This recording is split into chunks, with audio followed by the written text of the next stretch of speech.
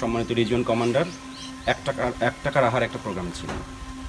সেখানে স্থানীয় সাংবাদিকগণ ওনাকে জানান যে একটি দরিদ্র ত্রিপুরা পরিবার গৃহহীন অবস্থায় দিনরাত জীবনযাপন করছে।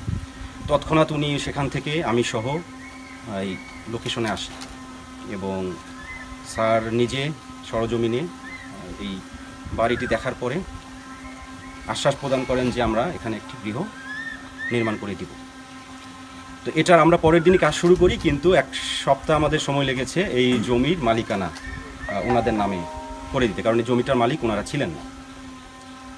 পরবর্তীতে আমরা দ্রুততার সাথে কাজটি সম্পন্ন করি এবং ওনাদের যেটা প্রয়োজন ছিল সেটার বাইরেও আমরা অতিরিক্ত টয়লেট এবং আমাদের নিজস্ব অর্থায়ন থেকে এবং স্থানীয় প্রশাসনের এসডিসির সহযোগিতায় আমরা এই কাজটা সম্পন্ন করেছি।